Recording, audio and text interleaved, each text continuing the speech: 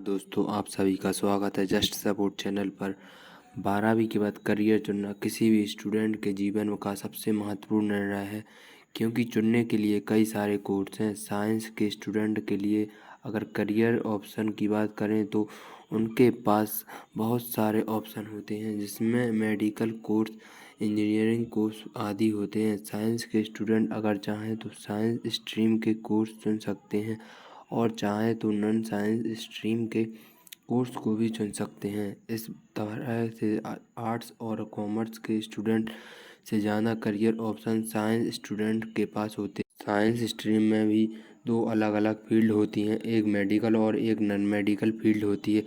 Medical field के student के पास biology एक सब्जेक्ट के रूप में होता है। इन स्टूडेंट के पास अपनी लाइन में करियर बनाने के कई सारे ऑप्शन होते हैं और कई तरीके मौजूद होते हैं। आज हम इस वीडियो में बायोलॉजी के स्टूडेंट के लिए कौन कौन से करियर ऑप्शन मौजूद और उन्हें कैसे पाया जा सकता है, इस पर बात करेंगे। और बने रहें हमारे साथ अंत तक। वीडियो शुरू करने से पहले हम आपका स्वागत करते हैं आपके अपने चैनल पर। तो चलिए अब देखते हैं कि बायो के स्टूडेंट के पास कौन कौन से करियर ऑप्शन होते हैं। जिन स्टूडेंट के पास 11वीं 12वीं फिजिक्स, केमिस्ट्री एंड बायोलॉजी ए तीन मुख्य सब्जेक्ट होते हैं, उनको ही पीसीबी स्टूडेंट कहा जाता है। और उन स्टूडेंट के पास 12वीं के बाद अब कई सारे करियर ऑप्शन होते हैं, जैसे नंबर 1 एमबीबीएस। 12वीं क्लास साइंस स्ट्रीम से करने के बाद और उसमें भी बायोलॉजी से पढ़ने के बाद स्टूडेंट के सामने पहला ऑप्शन एमबीबीएस होता है, और जिसकी सबसे ज़्यादा डिमांड होती है वो है एमबीबीएस। एमबीबीएस उनके लिए है जो डॉक्टर बनना चाहते हैं। एमबीबीएस करने में बड़ी समस्या ये है कि इसके एंट्रेंस एग्ज़ाम में हर लाखों बच्चे बैठते हैं, जिसकी वजह से कंपटीशन बहुत ज़्यादा बढ़ जाता है। गवर्नमेंट कॉलेज की सीटें वैसे भी कम होती हैं, ऐसे में उसी स्टूडेंट का चयन हो पाता है जो एंट्रेंस एग्ज़ाम में अच्छा प्रदर्शन करें और सबसे ज़्यादा अंक लाएं। एमबीबीएस के लिए 12वीं के मार्क्स और एंट्रेंस एग्ज़ाम के प्राप्त अंकों के आधार पर एडमिशन होता है। अगर आप एक प्राइवेट सरकारी मेडिकल कॉलेज में जाना चाहते हैं तो आपको इन एग्ज़ाम को भी अच्छे नंबर से क्लियर करना होगा। इसके अलावा ये ना सोचें कि एमबीबीएस करना ही काफ़ी होगा। ज़्यादा बड़ी पोस्ट और ज़्यादा नॉलेज पाने के लिए पीजी यानी पोस्ट ग्रेजुएशन का कोर्स करना भी ज़रूरी है, और इसके लिए भी बहुत ज़्यादा कंपटीशन झेलना पड़ता है। डॉक्टर बनना एक सिर्फ आकर्षक करियर और पैसा बनाने का जरिया नहीं है,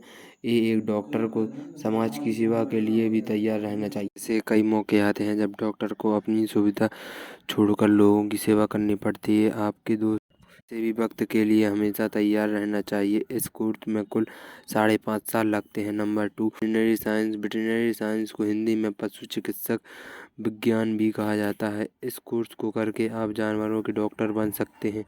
इस कोर्स को आप कम ना समझे। आज के समय में जब पेट एनिमल्स की संख्या बढ़ रही है और जानवरों के प्रति लोगों में संवेदनशीलता बढ़ रही है, ऐसे में ये बहुत ही पॉपुलर कोर्स बनता जा रहा है। इस कोर्स में कम लोग एडमिशन लेते हैं, जिस कारण इस कोर्स में ग्रेजुएट स्टूडेंट के लिए सरकारी नौकरी प्राप्त करना बहुत आसान हो जाता है। शहरों में जानवरों को पालने का चलन बढ़ता जा रहा है, जिसमें आप ये कोर्स करके खुद का क्लिनिक शुरू कर सकते हैं। Number 3 BAMS. बीएएमएस इसका फुल फॉर्म है bachelor of Ayurveda medicine and surgery. इस कोर्स को भी करके आप डॉक्टर बन सकते हैं। बस अंतर सिर्फ इतना है कि इस कोर्स को करके आप एक आयुर्वेदिक डॉक्टर बन सकते हैं। आयुर्वेद और उसकी दवाइयों के कोई साइड इफ़ेक्ट्स नहीं होते हैं, जिसे अच्छे से जानते हैं। आज ज़्यादा से ज़्यादा लोग इसका उपयोग करने के लिए तैयार हैं। भारत में अधिक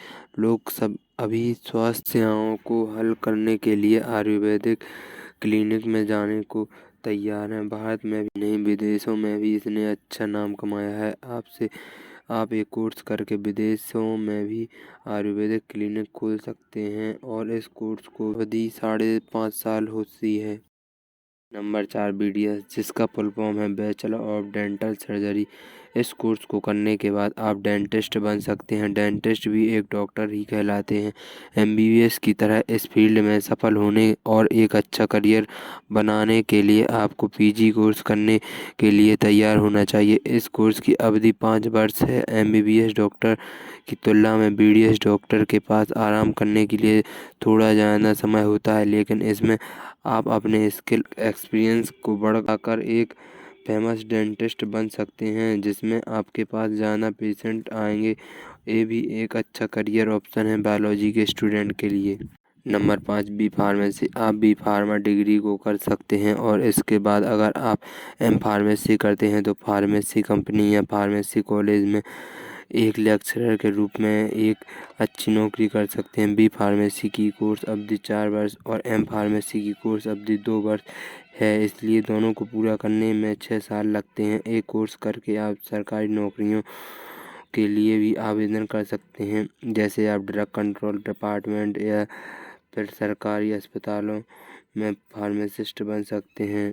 नंबर 26 हमारा DB फार्मेसी और M फार्मेसी से बिल्कुल अलग कोर्स है। असल में एक course B pharmacy plus M pharmacy और MBBS का मिला हुआ रूप है। इस कोर्स की अवधि 6 वर्ष है, क्योंकि ये कोर्स 3 अलग अलग कोर्स का मिला जुला रूप है। ये थोड़ा मुश्किल कोर्स है, लेकिन इसी वजह से ये कोर्स को कम लोग करते हैं। Number 7 BSc course. आप BSc की डिग्री कोर्स कर सकते हैं और इसके बाद MSc डिग्री करके अपने करियर के लिए अलग अलग फील्ड में जॉब कर सकते हैं। इसमें भी काफ़ी नौकरियों के अवसर शामिल हैं, जैसे आप टीचर या लेक्चरर बन सकते हैं या आप सरकारी नौकरी के लिए भी अप्लाई कर सकते हैं। यहाँ तक कि आप अपना खुद का क्लिनिक भी शुरू कर सकते हैं। BSc कोर्स की अवधि 3 वर्ष है और MSc कोर्स की अवधि 2 वर्ष है। इन दोनों कोर्सों को पूरा करने में 5 साल लगेंगे। रिसर्च एक ऐसा फील्ड है जहां बहुत कम लोग कदम रखते हैं। यहाँ पर नौकरी की बहुत गुंजाइश है। अगर आप ब्रिलियंट स्टूडेंट हैं तो आप सरकारी या प्राइवेट फर्म में आसानी से रिसर्च कर सकते हैं। बायो के स्टूडेंट के पास BSc कोर्स में बहुत से ऑप्शन होते हैं, जैसे BSc biochemistry, BSc biotechnology, BSc biology, BSc environmental science, BSc chemistry, BSc physics, BSc nursing, BSc zoology, BSc occupational therapy, BSc microbiology, BSc physiotherapy, BSc anthropology, BSc radiology, BSc horticulture, BSc forensic science, BSc agriculture, BSc speech therapy, BSc pathology, BSc health science and nutrition, BSc sports science, BSc audiology, BSc botany. Number 8 diploma courses. कुछ institutes hospital management, lab management जैसे कई diploma course करते हैं। अगर आप ऐसे diploma course को कर इस लाइन में आना चाहते हैं तो आपको अलग अलग इंस्टीट्यूट की साइट पर जाकर कोर्स की डिटेल्स लेनी होंगी। डिप्लोमा में कुछ बहुत ही पॉपुलर कोर्स भी हैं। Diploma in dairy technology, diploma in nursing, diploma in education technology, diploma in retail management, diploma in yoga education, GNM AVNM। Number 9 BHMS। इसका फुल फॉर्म है bachelor of homeopathic medicine and surgery. 4.5 साल का course है। Course पूरा करने के बाद student को 1 साल तक चलने वाली इंटर्नशिप करनी होती है। इस तरह कुल मिलाकर इस कोर्स को पूरा करने में 5.5 साल लगते हैं। BHMS होम्योपैथिक चिकित्सक प्रणाली के सिद्धांतों पर केंद्रित है। आज एलोपैथिक के अलावा आयुर्वेदिक और होम्योपैथिक दवाएं बहुत चलन में हैं और लोग भी इसका इस्तेमाल ज़्यादा से ज़्यादा कर रहे हैं, क्योंकि इन दवाइयों के बहुत कम साइड इफ़ेक्ट्स होते हैं। ऐसे में आप इस कोर्स को करके अपना अच्छा करियर बना सकते हैं। Number 10 bachelor of physiotherapy. इस कोर्स को BPT के नाम से भी जाना जाता है। इस कोर्स की अवधि 4 वर्ष की है। इसके बाद स्टूडेंट को 6 महीने की इंटर्नशिप करनी होती है। कुल मिलाकर इस कोर्स को पूरा करने में 4.5 साल लगते हैं। इस कोर्स को पूरा करने के बाद स्टूडेंट जिस कॉलेज, स्कूल और हॉस्पिटल में नौकरी पा सकते हैं। नंबर 11 BUMS यानी कि बैचलर ऑफ यूनानी मेडिसिन एंड सर्जरी। ये 4.5 साल का कोर्स है। कोर्स पूरा करने के बाद ग्रेजुएट को 1 साल की इंटर्नशिप भी करनी पड़ती है। इसका मतलब इस कोर्स को पूरा करने में 5 साल लगते हैं। नंबर 12 BASLP यानी bachelor of audiology speech language pathology. ये एक ऐसा कोर्स है जो audiology, hearing disorder, speech language therapy आदि पर केंद्रित है। ये 4 साल का कोर्स है। कोर्स को पूरा करने के बाद स्टूडेंट्स को 1 साल की इंटर्नशिप करनी पड़ती है। कुल मिलाकर इस कोर्स को पूरा करने में 5 साल लगते हैं।